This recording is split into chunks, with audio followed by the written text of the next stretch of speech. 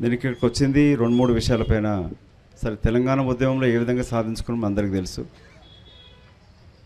సాధన క్రమంలో అప్పుడు కూడా తెలంగాణ బిల్లు ఏర్పాటు కొరకు కేంద్ర ప్రభుత్వమే కాకుండా కేంద్ర ప్రభుత్వానికి మద్దతు ఇస్తున్న యూపీఏ భాగస్వామ్య పార్టీల నాయకులతో కలవడం, ఇంక్లూడింగ్ అఖిలేష్ యాదవ్ తోటి. అప్పుడు సమాజ్వాదీ పార్టీ మనకు వ్యతిరేకంగా ఉండే, చిన్న రాష్ట్రాలకు వ్యతిరేకంగా ఉండే, మాయావతి అనుకూలంగా ఉండే, ఫారూక్ అబ్దుల్లా కానీ డిఎంకే పార్టీలు కానీ ఇట్లా వివిధ పార్టీలను కలవడం జరిగింది. అంతిమంగా అందరం రియలైజ్ కావాల్సింది పార్లమెంట్ చట్టం ద్వారా ఇది ఏర్పడుతుంది. పార్లమెంట్ చట్టం కావడానికి కొరకు జయశంకర్ సార్ అప్పుడు తెలంగాణ ఉద్యమంలో ఏ విధంగా అయితే భావించిండో భావజాల వ్యాప్తి అనేది చెందాలి. ఆ భావజాల వ్యాప్తితోటి ప్రజా ఉద్యమం ఏర్పడుతుంది. అది అంతిమంగా రాజకీయ పోరాటంగా సాధన అవుతుందని జేఏసీలో ఏర్పడి సాధించుకోవడం జరిగినది. ఇవాళ మనం అనుకోవచ్చు, కొందరు మన వ్యతిరేకం మాట్లాడవచ్చు, ఇక్కడ దీక్షలు ఎంతమంది 100 మంది లేరు అని అగ్రకులాలు చెప్తారు. ఇది మీ దాంట్లో మీకే ఐక్యత లేదంటారు, సంఘటితంగా లేదని చెప్తారు, ఓన్ కోర్ పుస్తకం అంటారు, విమర్శలు చేసుకోమని చెప్తారు, ఎంకరేజ్ కూడా చేస్తారు, విభజించే ప్రయత్నం కూడా చేస్తారు. అది బ్రిటిష్ పాలకులు చేర్పించిన దాన్ని అగ్రకుల ఆధిపత్య పోరు ఉన్న వాళ్ళు కూడా నేర్చుకున్నదే. అది తరతరాలుగా చేస్తూ వస్తున్నారు, ఇప్పుడు కూడా చేస్తూ ఉంటారు. తెలుగు రాష్ట్రాలలో ఎందుకు ఇప్పటి వరకు కూడా తెలంగాణ రాష్ట్రం ఏర్పాటు అవుతే, నేను వీరప్ప మొయిలు గారు 94లో ఒక మోస్ట్ బ్యాక్వర్డ్ క్లాస్ నుంచి వచ్చిన ముఖ్యమంత్రిగా ఎదిగిన వ్యక్తి, అప్పుడు సోనియా గాంధీ గారికి మన్మోహన్ సింగ్ గారికి వారు అడ్వైజర్గా ఉండే ఒక 33 పేజెస్ రిపోర్ట్ తయారు చేసి ఇచ్చడం జరిగిందన్న. మసూన్ సార్ అన్న కూడా తెలుసు. అప్పుడు సమైక్య ఆంధ్రప్రదేశ్ రాష్ట్రంలో అత్యధిక శాతం ఉన్న ఎస్సీ ఎస్టీ బీసీ మైనార్టీ చేతులకి అధికారం లేదు. అప్పుడు ఎస్సీ వర్గీకరణ సమస్య కూడా చాలా తీవ్రంగా ఉండే. ఇవన్నీ పరిష్కారం కావాలంటే రాష్ట్ర విభజననే ఒక కారణంగా కూడా చూపించడం జరిగినది. రాష్ట్ర విభజన జరిగితే సామాజిక న్యాయం కూడా ఏర్పడుతుంది, ఎస్సీ వర్గీకరణ సమస్య కూడా తీరుతుంది, అత్యధిక శాతం ఉన్న జనాభాకి అధికారంలో పాలు పంచుకునే నిర్ణయాధికారం చేసే అవకాశం వస్తుందని చెప్పి భావించడం జరిగినది. కానీ తెలంగాణ వచ్చింది, కానీ అధికారం మళ్ళీ ఒక అగ్రకుల చేతికి వెళ్ళిపోయింది. నేను ఎప్పుడు అంటుండేవాడిని, సాధించుకుంది సగం తెలంగాణ, సాధించాల్సింది సంపూర్ణ సామాజిక తెలంగాణ రావాలని కోరుకున్నాం. అది జరగలేదు. రిజర్వేషన్స్ ఎందుకు అవసరం అనేది ఇవాళ ఎస్పెషల్లీ మన ఎస్సీ ఎస్టీ బీసీ మైనార్టీ వర్గాలలో ఉన్న యువతకి దీని తీవ్రత అర్థం కావట్లేదు. ఇప్పుడు మస్తన్న కూడా చెప్పినాడు, మన ఏ ఏజ్లో ఉన్నాం, సెకండ్ 70, 60, 50, 40, 30, 20 ఉన్న యువత అంతా కూడా ఎవరు కూడా మనతో రావట్లేదు. వాళ్ళకి అవకాశాలు ఎందుకు నష్టపోతుందని తెలియట్లేదు. వాళ్ళకి యువత పాల్గొనంది ఇప్పుడు జెన్జీ అని చెప్పి అంటూ ఉంటారు. వాళ్ళని పార్టిసిపేట్ చేయండి మన ఉద్యమం ఉధృతం కాదు, సమస్య పరిష్కారం కాదు. నేనేమనుకుంటున్నా అంటే, ఇప్పుడు మొన్న ఎలక్షన్స్ వచ్చే వరకు మీరు చూసి ఉంటారు, జూబ్లీహిల్స్ ఎలక్షన్స్లో ఒక్కొక్క మంత్రికి ఒక డివిజను, ఆ మంత్రి కింద ఇంకో ఎమ్మెల్యేలు, ఆ ఎమ్మెల్యేల కింద ఇంకొక కార్పొరేషన్ చైర్మన్లు, ఇంకా అంతిమంగా 100 ఓట్లకు ఒకటని వచ్చింది. నేను ఇక్కడ దీక్షలో ప్రతి ఒక్కరిని అడుగుతాను, వాట్సాప్ అయితే మనకు అందరికీ ఉంటుంది, ఫేస్బుక్ అకౌంట్ కూడా ఉంటుంది, ట్విట్టర్ అకౌంట్ ఉందో తెలియదు. ఇవాళ ఉద్యమం ఉధృతం కావాలంటే ఫిజికల్గా రోడ్ల మీదకి వచ్చి పోరాటం చేసే పరిస్థితులు లేవు.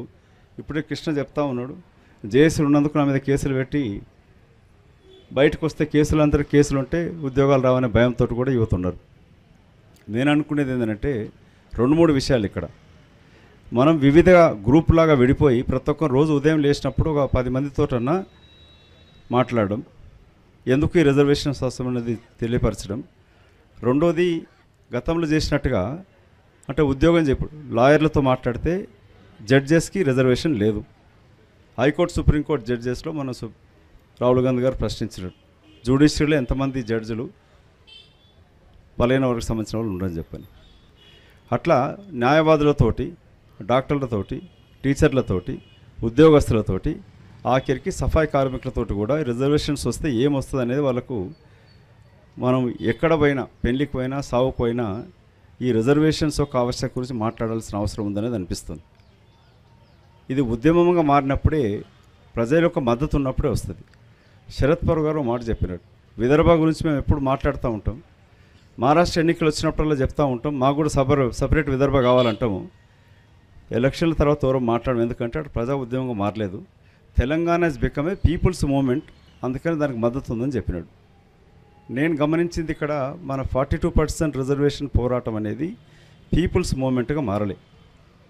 ఢిల్లీకి వెళ్ళి ముఖ్యమంత్రి గారి సమక్షంలోనే ఒక ధర్నా కూడా చేయడం, అప్పుడు 100 మంది ఎంపీలని ముఖ్యమంత్రి రేవంత్ రెడ్డి గారు తీసుకొచ్చినారు రిజర్వేషన్స్ మద్దతుగా పార్లమెంటు చట్టం కొరకు. దాని ప్రభావం అక్కడికే ఆగిపోయింది. మళ్ళీ ఇంకా పర్యవసనం ఉండాలనంటే నేనేమనుకుంటున్నానంటే నాకున్న అనుభవంతో ఇప్పుడు నీకు కొంత సంబంధాలు ఉన్నాయి అటు బీహార్లో, కానీ ఇవాళ బీహార్ యూపీలో కూడా బీహార్లో ఏ ప్రభుత్వం వచ్చినా ఒక బీసీ నాయకత్వం వస్తుంది, కానీ యూపీలో అదే బీసీ ఎస్సీ నాయకత్వాన్ని పక్కన దోషి అగ్రకుల ఠాకూర్ వచ్చేసి కూర్చున్నాడు అక్కడ. కానీ కేంద్రంలో మద్దతు ఇచ్చే యూపీఏ ఎన్డీఏ గ్రూప్లకి, ఎన్డీఏ గ్రూప్కి ఇచ్చే మద్దతు ఇచ్చే ఎస్సీ ఎస్టీ బీసీ మైనార్టీతో ఉన్న పార్టీలతో కలవడం కూడా ఏర్పాటు చేయాల్సిన అవసరం ఉన్నది.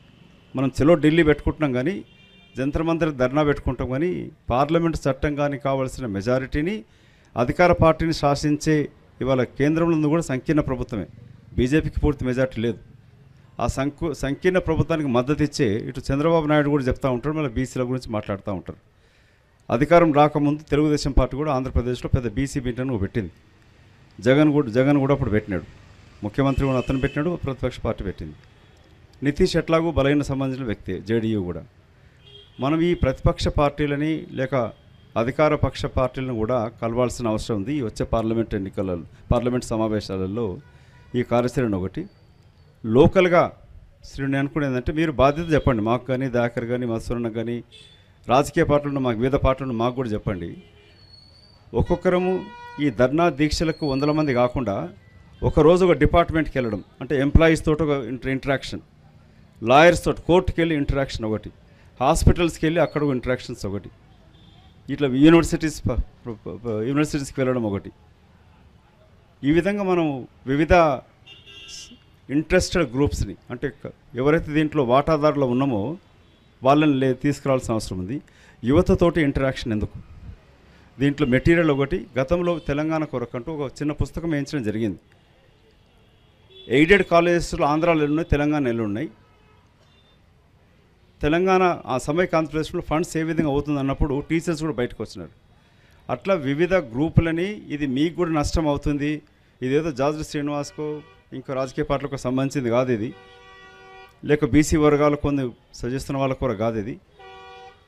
మనం ఎట్లా జీవితం అయిపోయింది, రేపటి భవిష్యత్తు కొరకు ఏ విధంగా ఉండాలి దానిపైన జరుగుతూ ఉంది. గతంలో సమైక్య ఆంధ్రప్రదేశ్ రాష్ట్రంలోనన్నా బీసీ వర్గం సంబంధించిన 10 మంది ఎమ్మెల్యేలు ఉంటుండే, నాయకులు ఉంటుండే. రాను రాజకీయ ప్రాతినిధ్యం కూడా తగ్గిపోతూ ఉంది. ఎందుకు అవుతుంది, ఎందుకు వెనకబడుతున్నాం అనేది కూడా గమనించాల్సిన అవసరం ఉన్నది. కాబట్టి ఇక్కడ దీక్ష చేస్తున్న ప్రతి ఒక్కరికి కూడా నా యొక్క అభినందన తెలుపుతూనే నా వంతు భాగస్వామ్యంగా నా యొక్క బాధ్యతగా ఇక్కడి నుంచి మనం ఒక కార్యాచరణ ప్రజా ఉద్యమం చేర్చడానికి కొరకు అత్యధిక శాతం పోలీస్ శాఖలు కూడా ఉన్నారు. వాళ్ళకి రిజర్వేషన్స్ లేకుండా ఒక రిజర్వేషన్సే ఉంటే వాళ్ళ పోస్టింగ్స్ ఎట్లా వస్తాయి? ఇవాళ ముఖ్యమైన పోస్టులన్నీ కూడా ఎవరు ఏ కులం వాళ్ళ అక్కడ కులాల వాళ్ళు ఉంటారు. ఏ ప్రభుత్వం ఏ పార్టీ, మా పార్టీ ఉండొచ్చు, ఏ పార్టీ ప్రభుత్వం ఉన్నా కూడా వడ్డించేవాడు ఎవరు ఉంటే వాళ్ళ కొరకు చేస్తూ ఉండరు. సో ఇది మారాలంటే first and foremost action plan is స్టేక్ హోల్డర్స్ని, రిజర్వేషన్స్ వస్తే లబ్ధి ఎవరికి పొందుతుందనే వాళ్ళందరికీ అవగాహన చేపాల్చాల్సిన అవసరం ఉన్నది.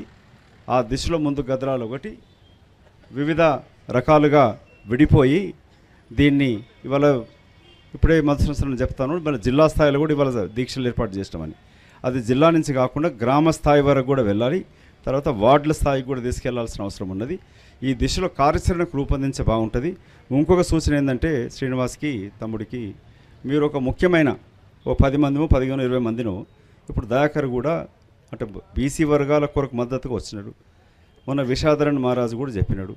అంటే ఇక్కడ ఎస్సీ ఎస్టీ మైనార్టీ వాళ్ళు కూడా మనతో వస్తారు, బీసీలేం కాకుండా. వీళ్ళతో ముఖ్యమైన వాళ్ళతో ఒక యాక్షన్ ప్లాన్ లాగా, ఒక గ్రూప్ లాగా ఏర్పాటు చేసి, నేను చెప్పింది నాకు అన్ని తెలిసిన చెప్పట్లే, నాకు కొన్ని తెలిసిన సూచనలు మీకు చెప్తా ఉన్నా. తెలంగాణ ఉద్యమ క్రమంలో ఏ విధంగా పాత్ర పోషించిన, దాన్ని ఏ విధంగా వచ్చిందన్న అనుభవంతో న్యాయవాదిగా కేసులా అంటూ ఉంటాం. ఒక సమస్య వచ్చినప్పుడు ఆ సమస్య తీర్చడానికి కొరకు గతంలో అలాంటి సమస్య పైన ఎలాంటి తీర్పు వచ్చిందనే దానిపైన చేస్తాం. కాబట్టి ఇవాళ తెలంగాణ ఉద్యమంలో ఏ విధంగా కలిసి పోరాటం చేస్తే పరిష్కరించుకోగలను ఒక అనుభవంతో చెప్తా ఉన్నాను, ఒక న్యాయవాదిగా చెప్తా ఉన్నాను. దీన్ని కోర్ కమిటీగా ఏర్పాటు చేసి ఒక మీటింగ్ ఏర్పాటు చేయండి. నాకు చెప్తే నేను కూడా పిలుస్తాను. డిన్నర్లు లంచ్లు ఏం కాకుండా ఛాయ పానీలు లేకుండా ఉట్టిగా కూర్చొని మాట్లాడదాం. దీన్ని సాధించడానికి ఏ విధంగా దీన్ని ప్రజాబుద్ధి మార్చడానికి కొరకు చేద్దాం. రెండోది, ఈ సోషల్ మీడియా ఉపయోగించుకుంటూ దానికంటూ ఒక ఆఫీస్ సెటప్ చేద్దాం. కావాలని నేను ప్లేస్ ప్రొవైడ్ చేయమంటే నేను చేస్తాను. ఒక ఆఫీస్ సెటప్ చేసి దీన్ని వాలంటీర్గా ఉండే వాళ్ళతోటి యువకులను ఐటీ వాళ్ళని కూడా కల్పించేద్దాం. వాళ్ళ మీటింగ్ అనే వరకు ఇప్పుడు సీనియర్ 10 సార్లు ఫోన్ చేయాల్సి వచ్చింది. నేనైతే నువ్వు కూడా చేయాల్సిన అవసరం లేదు. ఒక కోర్ గ్రూప్ చేస్తే ఆ గ్రూప్లో నువ్వు మెసేజ్ పెడితే సరిపోతే రావాల్సిందే. ఫోన్ చేసి పిలిపాల్సిన రాకూడదు. అట్లా మనం కాన్షియస్గా ఎఫర్ట్ పెట్టినప్పుడే అవుతుంది. నిన్న చూసినాను ఇవాళ దీక్ష ఉందని చెప్పి నువ్వు ఫోన్ చేయకపోయినా నేను రావాలనుకునేందుకు నా బాధ్యత కాబట్టి నేను రావాలని భావించండి. ఇక్కడ అంటే ప్రతి ఒక్కరం కూడా ఇది మన యొక్క సోషల్ నెసెసిటీ, మన బాధ్యతని తీసుకున్నప్పుడే ముందుకు కదులుతాం. ఆ విధంగా మీరు వివిధ గ్రూప్ లాగా తయారు చేస్తూ సోషల్ మీడియాను ఉపయోగించుకుంటూ స్టేక్ హోల్డర్స్ని ఏర్పాటు చేసుకుంటూ యాక్షన్ ప్లాన్ చేసినప్పుడే జరుగుతుంది. లేకపోతే మనం విభజించి ఇంకా వీకెండ్ చేసి దీన్ని నీరుగార్చే ప్రయత్నం జరుగుతూ ఉంటుంది. ఆ జరగకుండా ఉండడానికి కొరకు ఒకటే ఇక్కడ సంతోషించాల్సిన విషయం, తెలంగాణలో ఉన్న అన్ని రాజకీయ పార్టీలు ఇంక్లూడింగ్ బీజేపీ పార్టీ కూడా, రాజకీయ పార్టీలు గతంలో తెలంగాణ ఉద్యమంలో అనుకూలం లేకుండే. 2004 వరకు కూడా తెలుగుదేశం పార్టీ కానీ సిపిఐ కానీ సిపిఎం కూడా తెలంగాణకు మద్దతు ఇవ్వలే. కానీ వాళ్ళు రాజకీయ పార్టీలను మద్దతు ఇచ్చినాయి. కాబట్టి వాళ్ళు లోపల వ్యతిరేకించినా బయటికి వ్యతిరేకించి అపోజ్ చేసే ప్రయత్నం చేయలేరు కూడా. ముఖ్యమంత్రి గారి యొక్క పూర్తి సహకారం ఉన్నది. ఇక్కడ మీరు ఏ ఉద్యమం చేసినా మద్దతు ఇస్తా అంటున్నాడు. తన ఖుద్దు ఢిల్లీకి వచ్చి కూడా దీక్షలో పాల్గొన్నాడు. రేపు పార్లమెంట్ సమావేశంలో రమ్మంటే కూడా ముఖ్యమంత్రి గారు వస్తారు మనబడి. వివిధ రాజకీయ పార్టీలతో కలవడానుకుంటూ కూడా ఆయన కూడా వచ్చి మనతో పార్టిసిపేట్ అవుతాడు. వారి గతంలో కూడా పార్లమెంట్ సభ్యుడిగా ఉన్న ఒక అనుబంధాలు ఉన్నాయి కాబట్టి నేను దాకా కూడా మాట్లాడతాం. వారిని కూడా వచ్చే పార్లమెంట్ 1 to 19 పార్లమెంట్ సమావేశాలు ఉన్నాయి కాబట్టి ఒకరోజు ముఖ్యమంత్రి గారు సమయం తీసుకొని వెళ్ళి కూడా కేంద్రంలో మద్దతు ఇచ్చే ప్రతిపక్ష పార్టీలను కూడా కలవడం చేస్తే కూడా పార్లమెంట్లో బిల్ రావడానికి కొరకు ఒత్తిడికి పనిచేస్తుంది. ఆ విధంగా కొన్ని చర్చించుకొని కార్యాచరణ రూపొందించుకుంటే ఇది ధర్మదీక్ష కాస్త మన సాధించుకున్న విజయ దీక్షగా పొందడానికి కొరకు నేను ఆలోచించిన ఒక న్యాయవాదిగా ప్రజాప్రతినిధిగా నాకున్న కొన్ని సూచనలు చెప్పినాను. మీరు తనేదో భావించవద్దు, ఏదో మదన్ వచ్చి మాకేదో లెక్చర్ ఇస్తున్నాను అనుకోవద్దు. నేను ఒక భాగస్వామిగా బాధ్యత గల వ్యక్తిగా మాట్లాడింది తప్ప నేను మీకేదో సూచన ఇచ్చి పోవడానికి కొరకు నేను లెక్చర్ కొట్టడానికి రాలే. నా వంతు కార్యాచరణ, నా వంతు భాగస్వామ్యం ఉంటుందని మీకు మనవి చేసుకుంటూ మరొకసారి ఈ అంతిమంగా విజయ దీక్షకు ఏ విధంగా తీసుకోవాల్సిన చర్యల కొరకు నేను మీలో ఒకటిగా ఉంటానని చెప్పి మనవి చేసుకుంటూ జై హింద్.